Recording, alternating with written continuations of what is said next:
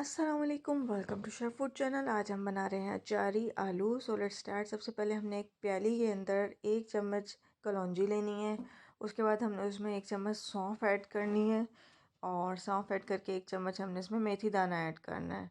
ये अलग से हम बना रहे हैं मसाला। इसके अंदर हमने लहसुन अदरक का पेस्ट डालना है 1 टेबल स्पून और हरी मिर्चों का पेस्ट डालना है 1 टेबल स्पून। ये मैंने हरी मिर्चें और लहसुन अदरक इकट्ठा मिक्स किया हुआ है, अदरवाइज़ आप 1 टेबल स्पून ले लें। उसके बाद हम इसके अंदर 1.5 या 2 टमाटर ऐड करेंगे। अगर मीडियम साइज़ के टमाटर हैं तो 2, अगर लार्ज साइज़ का है तो 1 भी इनफ होगा। उसके बाद आप इसमें नमक ऐड करेंगे हस्बे ज़ायका। मैंने हाफ़ से ज़्यादा टेबल स्पून यूज़ किया है। कुटी हुई मिर्चें 1 टेबल स्पून और हल्दी 1/2 टेबल स्पून ये ऐड करेंगे। इसके बाद हम इसके अंदर ऐड करेंगे धनिया क्रश किया हुआ 1 टेबल स्पून। ये हमारा मिक्सचर रेडी हो गया है। साथ ही हमने ऑयल फ्राई करना है और इसके अंदर ज़रा सा पानी ऐड करना है ताकि छीटा ना हो एकदम से।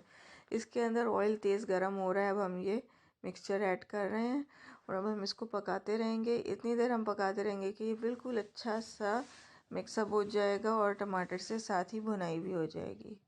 ये देखिए अब थोड़ा सा चेंज हो गया है, इसका टेक्सचर इस तरह का है। तो अब हम इसके अंदर अपने आलू ऐड कर देते हैं। आलू हमने इस तरह क्यूब्स की शेप में कट करने हैं और ये हम अचारी आलू जो हैं इसके अंदर ऐड कर रहे हैं।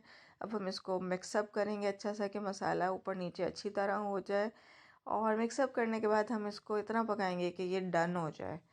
आलू ऐसे ही पकाएंगे खुले फ्लेम पे, ढक के नहीं रखना, हमने इसको ऐसे ही पकाना है। उसके बाद जब ये डन हो जाए फिर हमने इसमें इमली ऐड करनी है।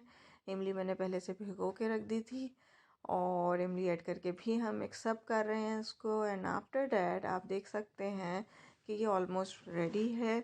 इसके बाद हमने इसको ऊपर नीचे से अच्छी तरह मिक्स करना है ताकि इसका जो इमली का फ्लेवर है वो तमाम जगह पे आ जाए।